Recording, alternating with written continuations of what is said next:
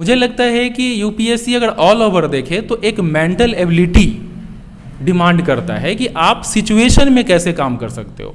और ये सीसेट और प्रीलिम्स सबसे पहला जो है ये मेंटल एबिलिटी का टेस्ट है। हमें डीएम के रूप में, आईपीएस के रूप में वर्क करना होता है। अगर वहाँ हम किताबों को लेकर के बैठ जाएं कि हमारे सामने एक बड़े सिचुएशन है, वहाँ हम बुक लेकर के बैठ के चलो इस बुक में से हम कोई लॉ ढूंढते हैं जहाँ से हमारी समस्याओं का समाधान हो गया। प्रॉब्लम ये है कि एक्चुअली होना ये है कि जो स्टूडेंट खास करके हिंदी माध्यम में तैयारी करते हैं, यहाँ सबसे पहले क्लास कराने से पहले उनके ब्रेन का ऑपरेशन करना आवश्यक है, ताकि उसका ब्रेन जो है ना सही तरीके से वर्क कर सके।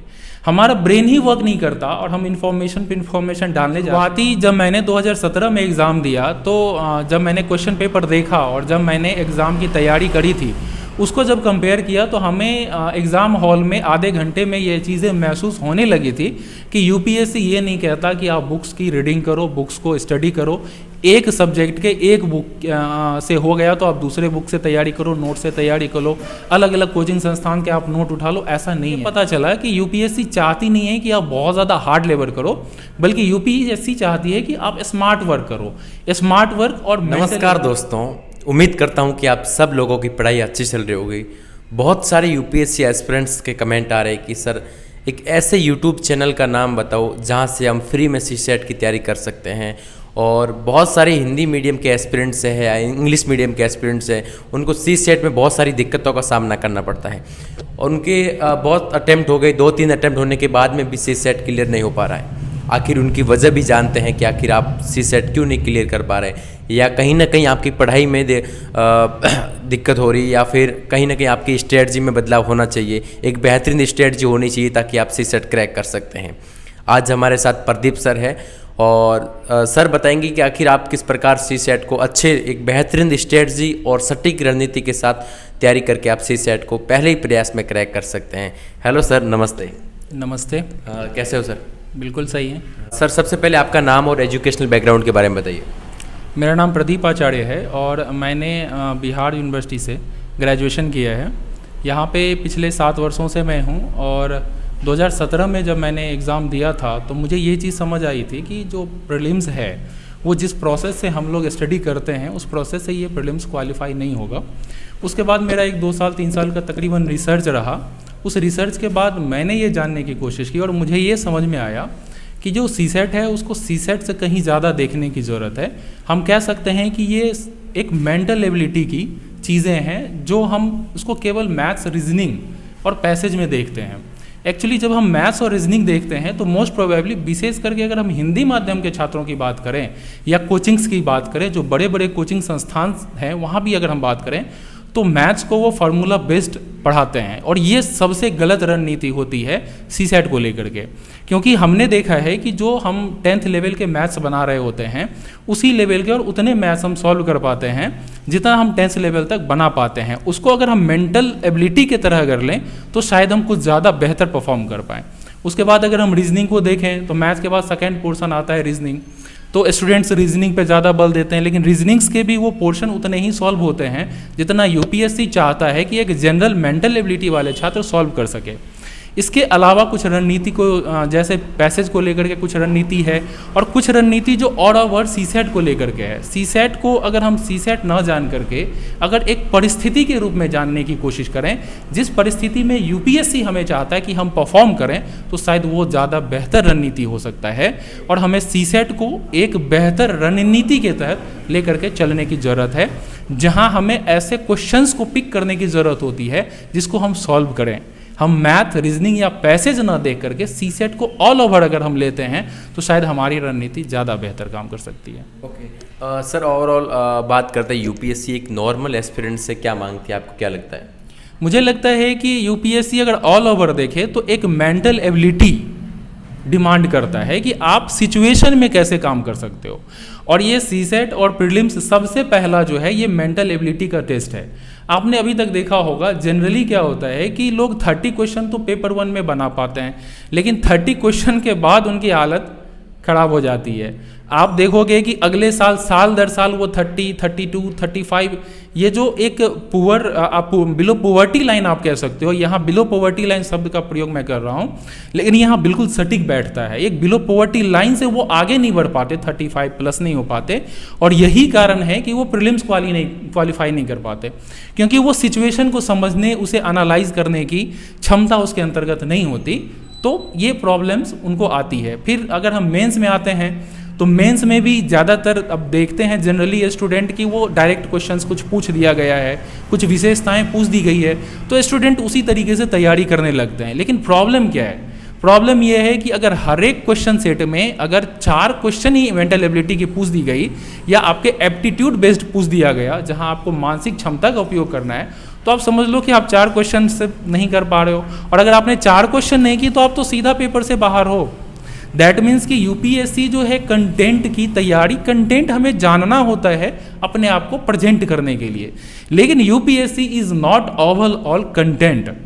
यूपीएससी हमारे मेंटल एबिलिटी की जांच करता है, परिस्थितियों में काम करने की क्षमता को जांच करता है, हमारी जो अन्य क्षमताएं हैं उसको एक्सेस करने की कोशिश करता है, ताकि किसी भी सिचुएशन में हम आगे काम कर सके। हमें डीएम के रूप में, आईपीएस के रूप में वर्क करना होता है। अगर वहाँ हम किताबों को लेकर के बैठ जाएं कि हमारे सामने एक बड़े सिचुएशन है, वहाँ हम बुक लेकर के बैठ के चलो इस बुक में से हम कोई लॉ ढूंढते हैं जहाँ से हमारी समस्याओं का समाधान हो गया, तो मुझे लगता है कि शायद ऐसा नहीं होगा। और वही जो प्रोसेस है ना हमारी जो चल रही है, विशेष करके हिंदी माध्यम की बात करें तो वही प्रोसेस आज तक हमारे पढ़ाई में चल रही है। यही कारण है कि हम शुरुआती फेज भी यूपीएससी की नहीं कर पाते हैं। सर, जैसा कि पिछले काफ़ी समय से हम देख रहे हैं, मेरे बहुत सारे दोस्त जो हिंदी मीडियम से हैं बेसिकली, और उनका सी सेट तो नहीं निकल पा रहा, 2-3 अटेम्प्ट देने के बाद भी नहीं निकल पा रहा। सर, आपको क्या लगता है कि वो मेरे दोस्त क्या गलतियां कर रहे हैं, तो और किन गलतियों पे उनको वर्क करना चाहिए? मुझे लगता है कि गलती स्टूडेंट की मैं तब कह सकता हूँ जब हमें पता हो और हम उन चीज़ों को ना करें। प्रॉब्लम यह है कि यहाँ बड़े से बड़े इंस्टीट्यूट हमारे पास टेस्ट देने के लिए, जब कंटेंट राइटर का मैंने ऐड किया था तो टेस्ट देने के लिए कुछ छात्र आए, और उनको जब मैंने मेंटल एबिलिटी की पेपर दे दी तो वो सॉल्व नहीं कर पाए। उन्होंने कहा कि मैंने इन चीज़ों को पढ़ा ही नहीं है। आप सिंपल से सिंपल चीज़ों को अगर आप मेंटल एबिलिटी के रूप में लेने की कोशिश करो तो स्टूडेंट सॉल्व नहीं कर पाते। प्रॉब्लम यह है कि एक्चुअली होना यह है कि जो स्टूडेंट खास करके हिंदी माध्यम में तैयारी करते हैं, यहाँ सबसे पहले क्लास कराने से पहले उनके ब्रेन का ऑपरेशन करना आवश्यक है, ताकि उसका ब्रेन जो है ना सही तरीके से वर्क कर सके। हमारा ब्रेन ही वर्क नहीं करता और हम इन्फॉर्मेशन पे इन्फॉर्मेशन डालने जाते हैं। अगर हम इसकी कंपैरिजन अगर ये करें कि हमने एक तरफ गधे के एक तरफ कुछ और मैटर डाल दिया, गधे के दूसरे तरफ और मैटर डाल दिया, उतने में अगर क्वालिफाई नहीं हुए तो पीठ पे भी कुछ मैटर लाद दिया, उसके बाद उनकी हालत और ख़राब हो जाती है। यहाँ ज़रूरत है कि हम अपने माइंड को यूज़ कर सकें और माइंड को प्रॉपर तरीके से यूज़ कर सकें जिस तरीके से यूपीएससी चाहती है। तो ये चीज़ें जो है खास करके हम समस्याएं उपलब्ध होती है हमारे यहाँ। अच्छा सर, जो अभी आपने फ्री बैच स्टार्ट किया है और उसके बारे में क्या बताना चाहेंगे एस्पिरेंट्स को? कहाँ पे है, इसकी लोकेशन क्या, टाइमिंग है वगैरह बता दीजिए। हमने अभी जो फ्री बैच स्टार्ट की है सीसेट को लेकर के, वो कारण सबसे पहला ये है कि हम चाहते हैं कि स्टूडेंट समझे कि सीसेट है क्या। मुझे लगता है और मैं शायद 90% कन्फर्मेशन के साथ कह सकता हूँ कि सीसेट की अंडरस्टैंडिंग ही हमारे छात्रों में नहीं होती, हमारे एस्पिरेंट्स में नहीं होती।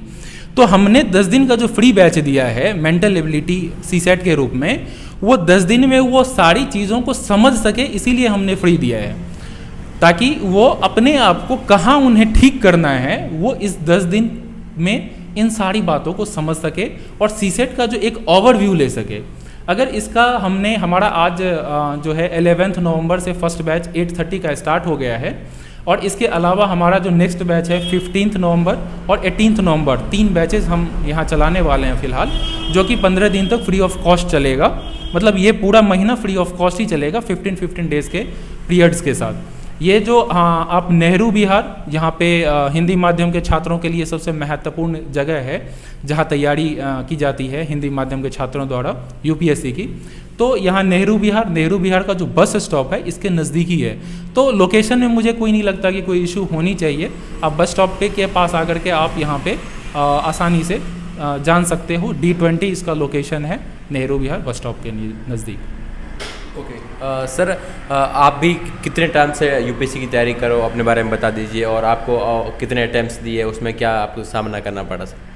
मैंने 4 अटैम्प्ट्स दिए, और शुरुआती जब मैंने 2017 में एग्ज़ाम दिया तो जब मैंने क्वेश्चन पेपर देखा और जब मैंने एग्ज़ाम की तैयारी करी थी, उसको जब कंपेयर किया तो हमें एग्ज़ाम हॉल में आधे घंटे में ये चीज़ें महसूस होने लगी थी कि यूपीएससी ये नहीं कहता कि आप बुक्स की रीडिंग करो, बुक्स को स्टडी करो, एक सब्जेक्ट के एक बुक से हो गया तो आप दूसरे बुक से तैयारी करो, नोट से तैयारी करो, अलग अलग कोचिंग संस्थान के आप नोट उठा लो, ऐसा नहीं है।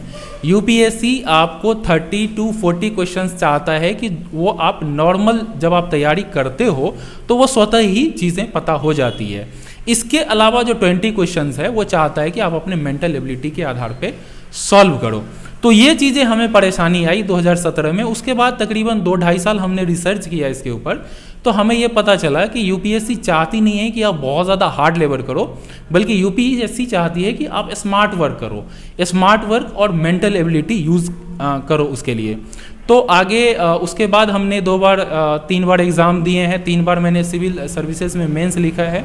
तो हमारी अचीवमेंट इतनी ही है और हमारा एज चूँकि क्रॉस कर गया है, तो अब मैं चाहता हूं कि कम से कम प्रीलिम्स को लेकर के फिलहाल जितना मैंने रिसर्च किया है, नो डाउट मैं आगे मेंस पे हमारा रिसर्च चल रहा है, मेंस को लेकर के भी हम हिंदी माध्यम के छात्रों को विशेष करके हेल्प कर पाएंगे।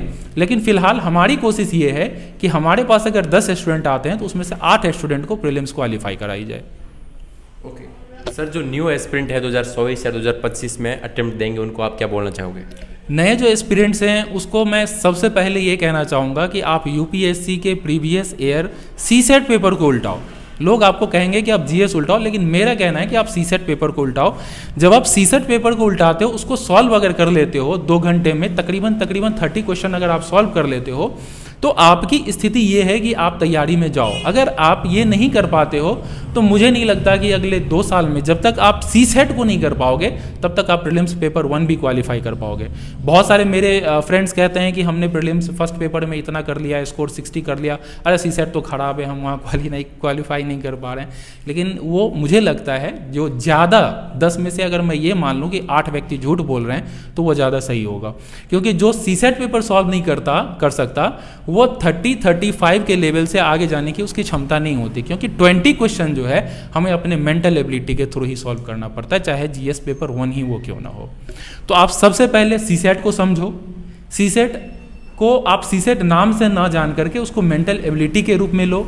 मैथ, रीजनिंग और पैसेज ना समझ करके सीसेट को एक कंप्लीट सिचुएशन समझो, उस सिचुएशन को समझने की कोशिश करो, उसको क्रैक करने की कोशिश करो। अगर ये सारी चीज़ें आप कर पाते हो, सीसेट के पिछले 3-4 साल के पेपर में आप 30 क्वेश्चन कर पाते हो, तो मुझे लगता है कि आप यूपीएससी की तैयारी के लिए सही हो। अदरवाइज आप सबसे पहले अपने मेंटल एबिलिटी को डेवलप करो। यही कारण है कि एमबीए के छात्र हो चाहे बीटेक के छात्र हो, जब वो वहाँ से आते हैं तो वो 3 महीना पढ़ के हमारे बीच बैठ करके क्वालिफाई कर जाते हैं और हम लोग घूम रहे होते हैं। दिक्कत कहाँ है? दिक्कत यही है कि उनकी जो मेंटल एबिलिटी है वो डेवलप हो चुकी है, तो ये प्रॉब्लम्स होती है। तो सबसे पहले आप मेंटल एबिलिटी डेवलप करो, मेंटल एबिलिटी चेक करो सीसेट पेपर उठा करके। सीसेट पेपर आपने क्वालिफाई कर ली, 30 क्वेश्चंस आपने कर लिए, तब आप उस रणनीति में आते हो जहां से आप यूपीएससी के प्रिपरेशन की तैयारी कर सकते हो या प्रारंभ कर सकते हो। दोस्तों, आई होप वीडियो अच्छा लगा होगा, और अधिक जानकारी के लिए डिस्क्रिप्शन में मैंने नंबर दे दिए हैं, और जहाँ पे सर की क्लासेस लगती है फ्री सीसेट की, वहाँ की लोकेशन डाल रखी है, सारा कुछ इन्फॉर्मेशन आपको डिस्क्रिप्शन दे दिया है। आई होप वीडियो अच्छा लगा हो, प्लीज़ वीडियो को लाइक करें और हमारे यूट्यूब चैनल को सब्सक्राइब करें। जय हिंद दोस्तों, मिलते हैं अगली वीडियो में इसी जोश के साथ।